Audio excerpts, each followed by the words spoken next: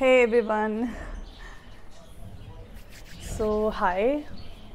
मेरा नाम शमाइल है और आई गेस मेरा ये पहला लंबा वीडियो है यूट्यूब पे, मतलब इस चैनल पे। मेरा ये चैनल बनाने का एक ही मकसद था कि मैं अपनी लाइफ की फ़नी स्टोरीज़, पेनफुल और ख़ास तौर से मेरे स्किन के कितने सारे इश्यूज़ रहे हैं हमेशा से, वो मैं शेयर कर सकूं।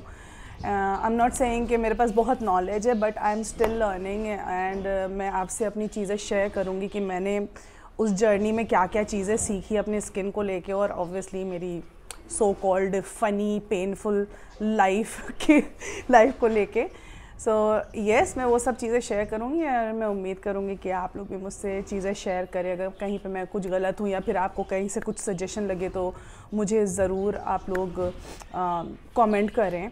फ़िलहाल आज मैं कुछ प्रोडक्ट्स का रिव्यू करूँगी, और कुछ प्रोडक्ट नहीं, एक ही कंपनी है। और अब मैं अपनी स्किन के साथ साथ अपने बालों से भी बहुत टाइम तक परेशान रही हूँ, बहुत टाइम तक। ये बहुत ही फ्रिज़ी, यू नो, घर पे काथा यूज़ होता है तो वो काथे जैसा ब्रिटल हो चुका था और मुझे इसको सॉफ्ट करना था।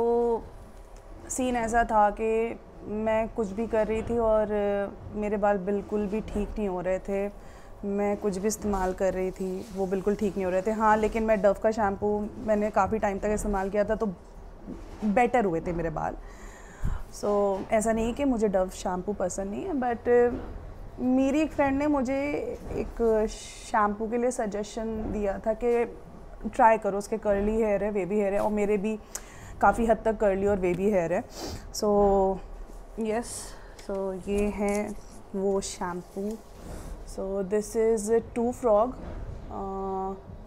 This is everyday conditioner. मैंने शैम्पू नहीं, मैंने साथ में इसके सारे प्रोडक्ट ख़रीद लिए ये सोच के कि शायद मुझे कुछ फ़ायदा होगा इससे। फ़ायदा हुआ है, मैं बताती हूँ आगे। और ये मैंने इसका मास्क था वो भी ख़रीदा था, ट्रू फ्रॉग का डीप कंडीशनिंग मास्क। तो उसके एक्चुअली बालों को बहुत बहुत बहुत बहुत फ़ायदा हुआ था। मैंने ये मंगवाया। तो मैं क्या बोल रही थी, मैंने ये प्रोडक्ट अपनी मॉम को भी यूज़ करवाया था, बट मम्मी को पसंद नहीं आया। उनके भी जबकि बहुत ड्राई बाल थे, मुझे नहीं समझ में आया कि उनको क्यों नहीं सूट किया।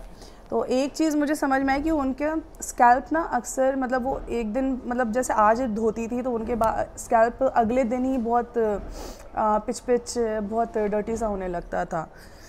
मैंने थोड़ा बहुत रिसर्च किया तो मुझे एक चीज़ समझ में आई कि जब और ये शैम्पू मेरे ख़्याल से, जहाँ तक मैं समझ पा रही हूँ, ये कर्ली हेयर के लिए है।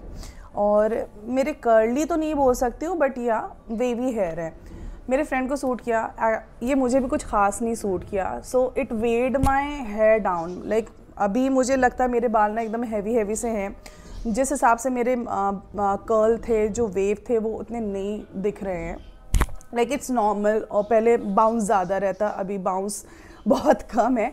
बट एक फ़ायदा मुझे हुआ है कि मेरे जो एंड्स थे वो काफ़ी हद तक बहुत बहुत बहुत बेटर हो गए हैं। मेरे एंड्स बहुत बेटर हुए हैं। बट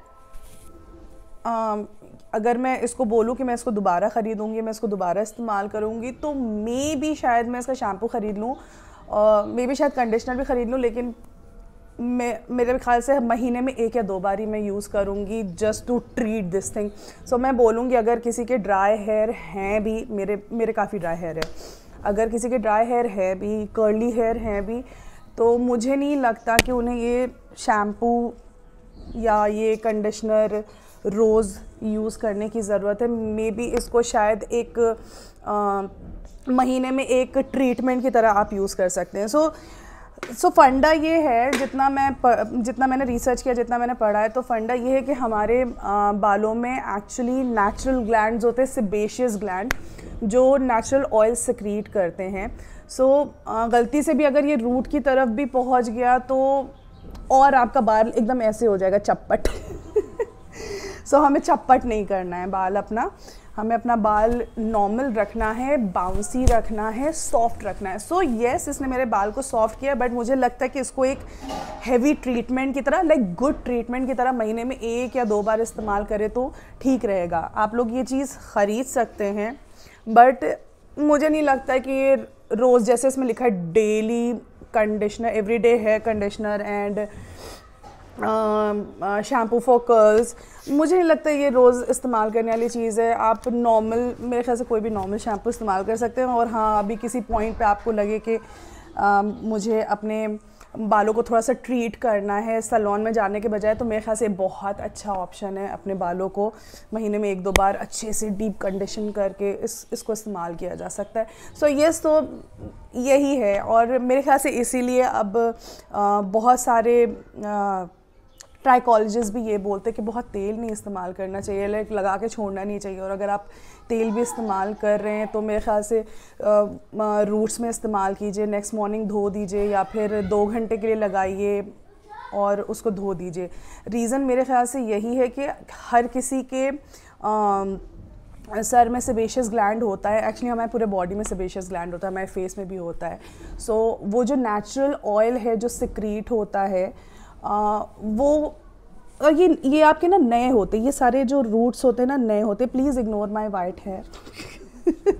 सो वो नए रूट्स को वो अच्छा ऑयलिंग देते हैं। So we don't need extra oil, if I am not wrong, जितना मेरी समझ है। और मैंने, मेरे ख्याल से मुझे 10 साल के ऊपर हो रहा होगा, मैंने ऑयलिंग अपने बालों में नहीं की है। मुझे बहुत ज़्यादा डैंड्रफ का भी प्रॉब्लम था। एंड येस, अगर किसी को डैंड्रफ का प्रॉब्लम है, प्लीज़ प्लीज़ ऑयल से थोड़ा दूर रहिए, एंड्स पे लगाइए, धो डालिए थोड़ी देर बाद या अगली सुबह धो डालिए। ऑयल बहुत ज़्यादा, अगर आपको डैंड्रफ का प्रॉब्लम है, कुछ डैंड्रफ तो दिखते भी नहीं है, तो यू नेवर नो। सो अगर आपको इस इची स्कैल्प है तो डीप कंडीशनर या फिर ऑयलिंग से थोड़ा दूर रहना चाहिए। So yes, this is my first video.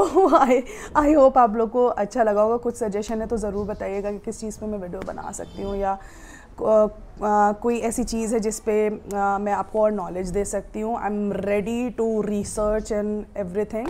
So yes, thank you so much. This is me Shamail with my अजीबो गरीब थिंग। और मौका मिला तो मैं अपनी लाइफ के बारे में भी चीज़ें शेयर करूँगी। Thank you, bye bye, and do subscribe me please.